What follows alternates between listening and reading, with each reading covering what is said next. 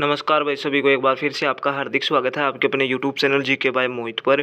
आज की अपनी वीडियो रहने वाली है, जैसा कि आपको पता है, अपनी एक सीरीज चल रही थी एनसीईआरटी साइंस क्लास 6 लेकर 10th तक किस बुक में थ्योरी है, प्लस में 2016 से लेकर 2025 के बीच में एचएसएससी के द्वारा जितने भी साइंस के क्वेश्चन पूछे गए हैं वो सभी भी इसमें ऐड है।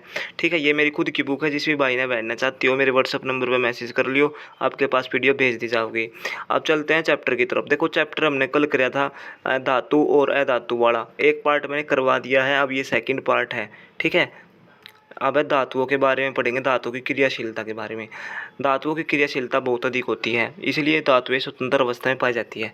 ठीक है, जो धातुएं होती है उनकी क्रियाशीलता क्या होती है, बहुत अधिक होती है। ठीक है, जिसके कारण क्या होता है, धातुएं स्वतंत्र अवस्था में पाई जाती है। सबसे कम क्रियाशीलता किसकी होती है, सोने की होती है, इसलिए प्रकृति में गोल्ड ही स्वतंत्र रूप में पाई जाती है। याद रख लेना, सबसे कम क्रियाशीलता वाली धातु कौन सी है, सोना। ठीक है, और इसी कारण क्या है, प्रकृति में गोल्ड ही क्या होता है, स्वतंत्र रूप में पाया जाता है। अब है लोहे पर जंग लगना। लोहे पर जंग इसी कारण से लगती है क्योंकि लोहा तेजी से O2 ऑक्सीजन के साथ क्रिया करके ऑक्साइड बना लेता है। ठीक है, जब कॉपर के बर्तन को लंबे समय तक हवा में रखा जाता है तो उस पर हल्की हरे रंग की परत जम जाती है। ठीक है, जब कॉपर के बर्तन को क्या है, लंबे समय तक हवा में रखा जाएगा ना, तो उस पर हल्की हरी रंग की परत जम जाती है। तो ये हरा पदार्थ क्या है, तो यह हरा पदार्थ क्या है भाई, कॉपर हाइड्रोक्साइड और कॉपर कार्बोनेट का मिश्रण है ये। ठीक है, अब अधातु के बारे में पढ़ेंगे।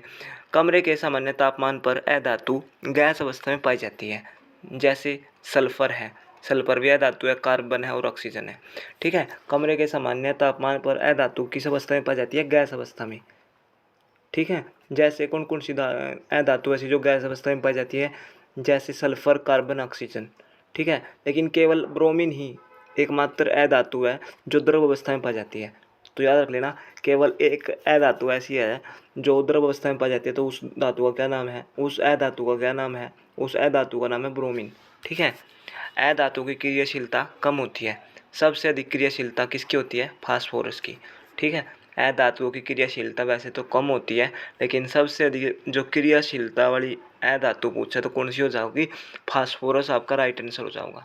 जल के शुद्धिकरण के लिए क्लोरीन अधातु का प्रयोग किया जाता है।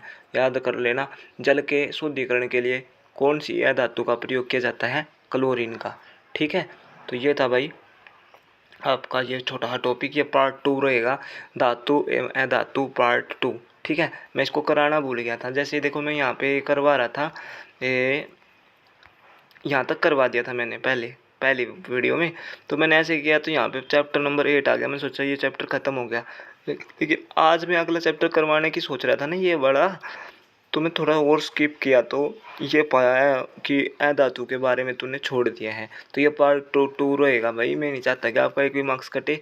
ठीक है, मैंने काफ़ी मेहनत करके बुक बनाई है, तो ये पार्ट 2 रहेगा, धातु एवं अधातु। वीडियो बढ़िया लग गया, चैनल ने सब्सक्राइब कर दिया करो भाई। सारे बहन भाइयों तो रिक्वेस्ट है यार, शेयर कर दिया करो, चैनल ने सब्सक्राइब कर दिया करो। मैं काफ़ी मेहनती हूँ भाई, काफ़ी मेहनत करता हूँ आपके लिए।